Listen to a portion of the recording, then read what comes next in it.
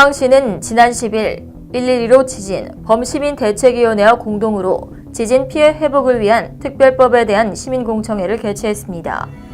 이날 공청회는 피해 지역 주민 등 특별법의 신속한 제정을 열망하는 300여 명의 시민이 참석한 가운데 신봉기 경북대학교 법학전문대학원 교수의 특별법 주요 법안에 대한 설명을 시작으로 진상조사 및 피해 배상 분야, 사회안전 및 지역경제 분야, 도시재건 분야로 나누어 열띤 토론을 가졌습니다. 법안의 주요 내용을 설명한 신봉기 교수는 국회에서 논란을 최소화하고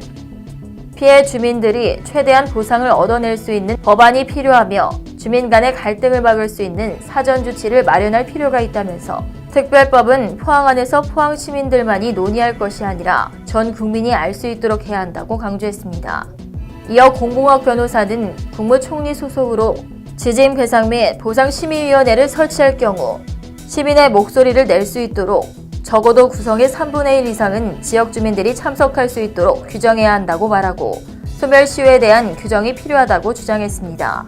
김상민 포항시의원과 김병태 대구 경북연구원 연구위원은 특별법 제정과 관련해서 속도 경쟁보다 어느 내용이 담기느냐가 중요하다면서 21조에서 밝힌 포항시에 대한 경제 활성화 지원 부분을 좀 더 세부적이고 구체적으로 명기해서 실질적인 지원이 이루어질 수 있도록 해야 하며 소상공인에 대한 피해 지원 부분도 명시해야 한다는 입장을 내놨습니다.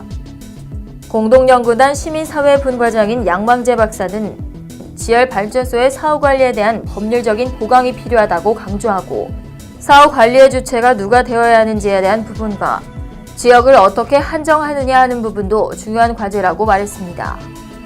피해 지역 주민대표로 나선 유한종 씨는 사회적 약자들이 대부분인 피해 주민들에게 각종 증빙 서류를 요구하는 것은 또 다른 부담이라고 밝히고 피해 주민들의 삶을 개선할 수 있는 특별법의 제정이 필요하다고 주장했습니다. 김경대 포항시 도시재생위원장은 피해 추계가 무엇보다 중요한 만큼 피해 규모를 구체화할 필요가 있다면서 눈에 보이는 피해뿐만 아니라 부동산 경기 하락으로 인한 피해 같은 것도 실제 피해 규모에 계산하는 것이 사후 예산 지원 규모를 정하는 중요한 지표가 될 수 있다고 강조했습니다.